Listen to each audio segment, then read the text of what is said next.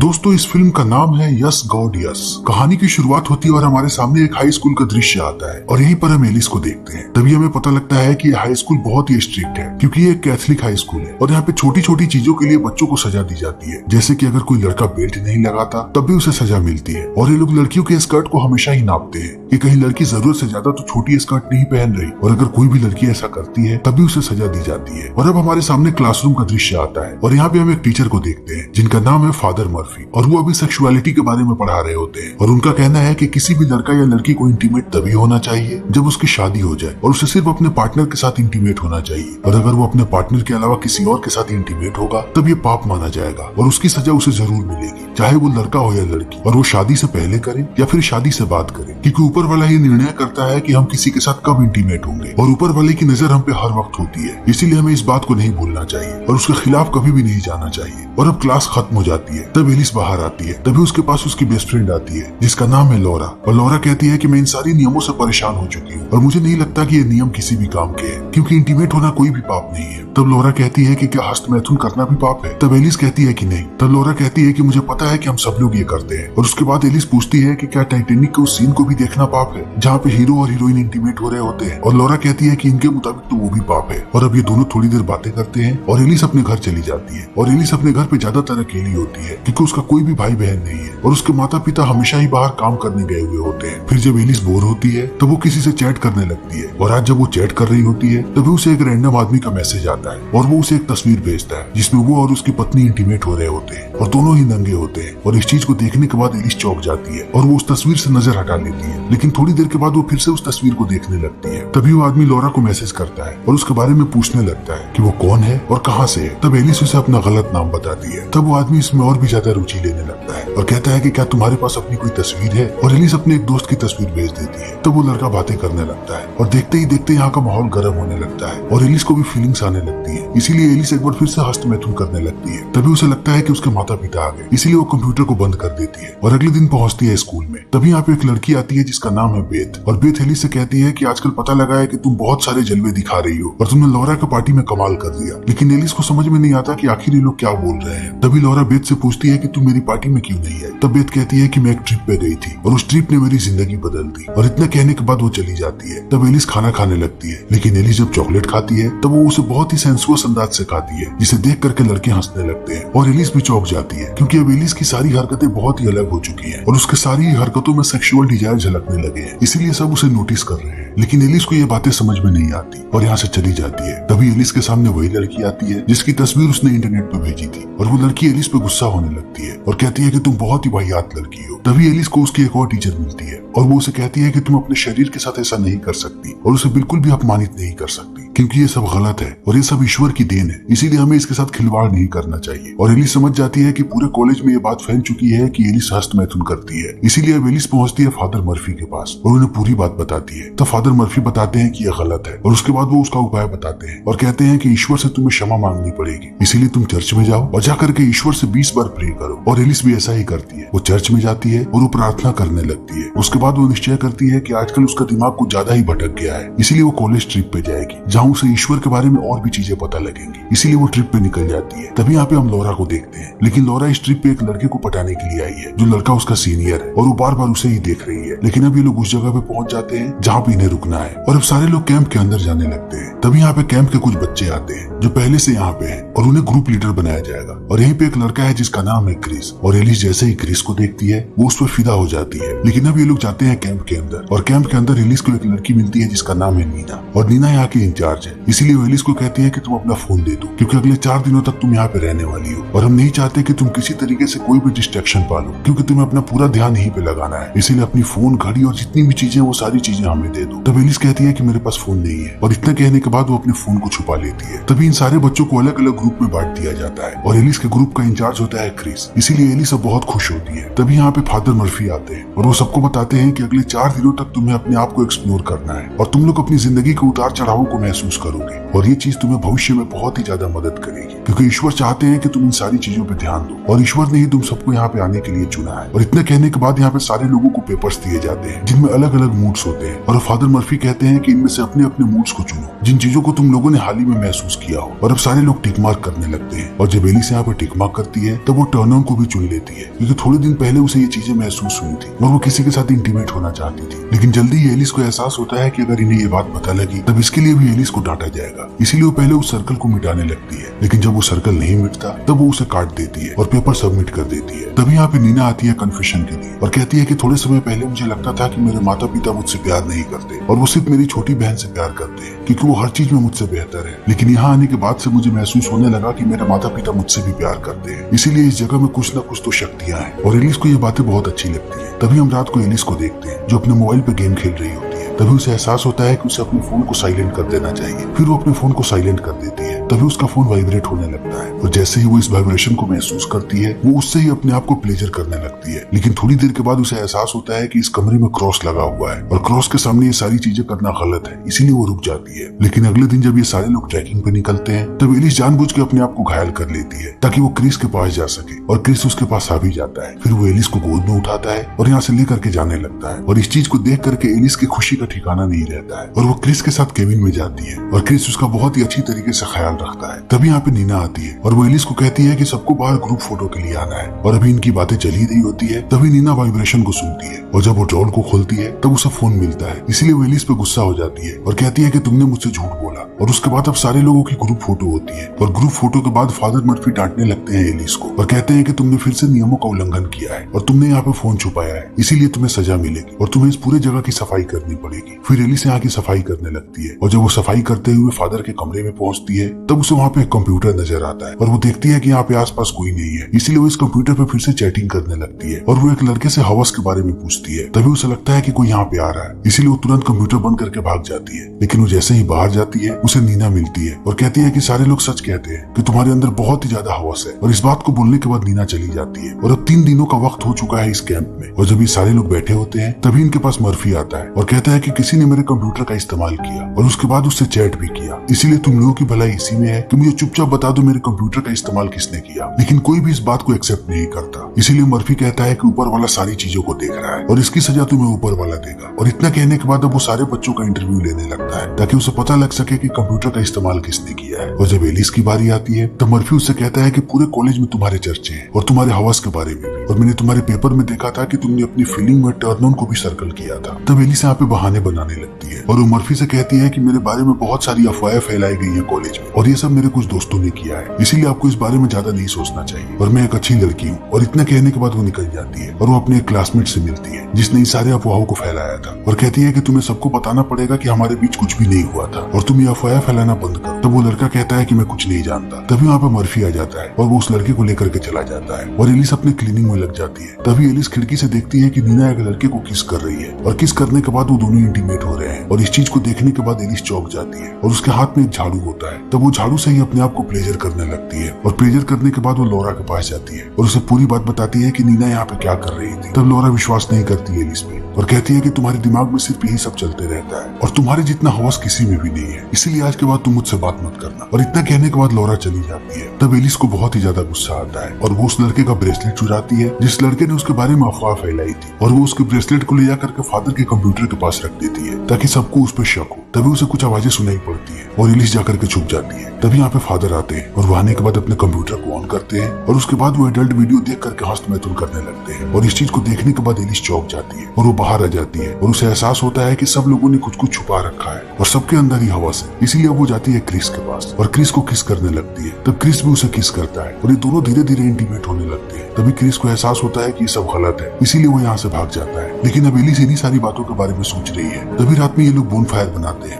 और उसके आसपास बैठ करके एंजॉय करने लगते हैं। लेकिन एलिस अपनी ही दुनिया में खोई होती है, इसीलिए वो कैंप को छोड़ करके भाग जाती है और सुनसान सड़कों पे चलने लगती है। तभी उसे एक बार नजर आता है और वो बार के अंदर चली जाती है और यहाँ पे उसकी मुलाकात होती है एक औरत से जिसका नाम है जीना। और अभी दोनों बातें करने लगते हैं और अब बातों ही बातों में जीना अपनी कहानी एलिस को बताती है और कहती है कि एक समय था जब वो भी कैथलिक हुआ करती थी, लेकिन एक वक्त के बाद वो सारी चीजों से तंग आ गई क्योंकि हर चीज के लिए उसे डराया जाता था कि अगर तुम ये करोगी तब तुम नर्क जाओगी, अगर तुम वो करोगी तब तुम नर्क जाओगी। इसीलिए नीना इन सारी चीजों से तंग आ गई और अब इन सारी बातों को सुनने के बाद एलिस भी इन बातों से कनेक्ट कर पाती है। इसीलिए वो कहती है कि मैंने टाइटैनिक में एक सीन देखी थी जिस सीन में एक्टर और एक्ट्रेस इंटीमेट हो रहे थे, लेकिन मुझे बताया गया कि मुझे उसके लिए भी नर्क की सजा मिलेगी, इसीलिए मैं परेशान हो चुकी हूँ। तब नीना कहती है कि सबके सीक्रेट्स होते हैं और कुछ लोग सीक्रेट्स छुपाने में अच्छे होते हैं और कुछ लोग सीक्रेट नहीं छुपा पाते हैं, और जो नहीं छुपा पाते दुनिया उन्हें ये गलत समझती है और समझती है कि उनके अंदर हवस है। और इतना कहने के बाद वो कहती है कि चलो मैं तुम्हें कैंप छोड़ देती हूँ। और अब वो एलिस को कैंप छोड़ने आती है, लेकिन जब एलिस जा रही होती है तब नीना उससे कहती है कि तुम्हें दूसरे कॉलेज में एडमिशन लेने के लिए सोचना चाहिए, खास करके इस शहर से दूर। और एलिस को भी ये बात अच्छी लगती है और अब एलिस कैंप में वापस चली जाती है। तभी अगली सुबह वो फादर को देखती है जो उसी लड़के को लेकर के ऑफिस में जाता है जिस लड़के का ब्रेसलेट एलिस ने वहाँ पे रखा था। और अब हर जगह ये बात फैल जाती है कि उसी लड़के ने वो गंदी गंदी चैटें की है फादर के कंप्यूटर से। तब लॉरा आती है एलिस के पास और वो उससे माफी मांगती है और कहती है कि मैं तुम्हें गलत समझ रही थी और मुझे लगा कि वो चैट तुमने ही की है, लेकिन मैं तुम्हारे बारे में गलत थी, मुझे माफ कर दो। तभी यहाँ पे फादर आते हैं और वो कहते हैं कि मैं चाहता हूँ कि सब लोग अपने अपने एक्सपीरियंस को शेयर करें कि उन्हें यहाँ पे कैसा लगा। तब यहाँ पे वही लड़का आता है जिस लड़के का ब्रेसलेट रखा था एलिस ने, और वो आने के बाद कहता है कि वो बहुत शर्मिंदा है कि उसने फादर के कंप्यूटर से गंदी गंदी बातें की। और इस बात को सुनने के बाद एलिस चौंक जाती है कि उस लड़के ने ये सब किया भी नहीं है, फिर भी वो ऐसा क्यों बोल रहा है। तब उसे समझ में आता है कि वो लड़का समझ चुका है कि एलिस ने चैट की थी, लेकिन उस लड़के ने एलिस के बारे में अफवाह फैलाई थी, इसीलिए वो अपना प्रायश्चित कर रहा है। तभी एलिस की बोलने की बारी आती है और एलिस जैसे ही माइक के पास जाती है कहती है कि सबके यहाँ पे सीक्रेट है, लेकिन सबने अपने अपने सीक्रेट को छुपा रखा है, फिर भी वो दूसरे के सामने नाटक करते हैं कि सारे लोग नियमों का पालन करें और वो ईश्वर से डरे, जो बिल्कुल ही गलत है। और इतना कहने के बाद वो चली जाती है और अब एलिस पहुंचती है अपने घर। तो वो नए कॉलेजेस के बारे में सर्च करने लगती है जहाँ वो एडमिशन ले सकती है, लेकिन वो जैसे ही अपने कॉलेज जाती है वो क्रिस को देखती है और क्रिस बहुत ही अनकंफर्टेबल होता है। तब वो उसे कंफर्टेबल करती है और कहती है कि हमारे बीच जो कुछ भी हुआ उसे भूल जाओ, हम अभी भी अच्छे दोस्त हैं। और इस बात को सुनने के बाद क्रिस खुश हो जाता है। तब एलिस पहुंचती है फादर मर्फी के पास और कहती है कि मैं कुछ कन्फेस करना चाहती हूँ। जब मैं कैंप में गई हुई थी तब मैंने वहाँ एक आदमी को देखा पोर्न वीडियो देखते हुए और वो उसके साथ साथ हस्तमैथुन भी कर रहा था। और इन बातों को सुनने के बाद फादर मर्फी समझ जाते हैं कि एलिस उन्हीं के बारे में बात कर रही है, लेकिन वो इस बात को नजरअंदाज कर देते हैं और एलिस को कहते हैं कि तुम्हें इसकी सजा मिलेगी, तुम ईश्वर के पास जाओ और 100 बार प्रार्थना करो। और अब एलिस यहाँ से निकल जाती है, लेकिन वो ईश्वर के पास प्रार्थना करने नहीं जाती बल्कि अपने घर वापस आ जाती है और वो फिर से टाइटैनिक मूवी को लगाती है और उसी सीन को देखती है जब एक्टर्स इंटीमेट हो रहे होते हैं और उसे देखने के बाद वो फिर से हस्तमैथुन करने लगती है और इसी के साथ ही फिल्म यहीं पे खत्म हो जाती है। तो दोस्तों हमारी आज की ये वीडियो यहीं पे खत्म होती है। अगर आपको हमारी ये वीडियो पसंद आई हो तो इसे लाइक करें, शेयर करें और चैनल को सब्सक्राइब करें। Thank you.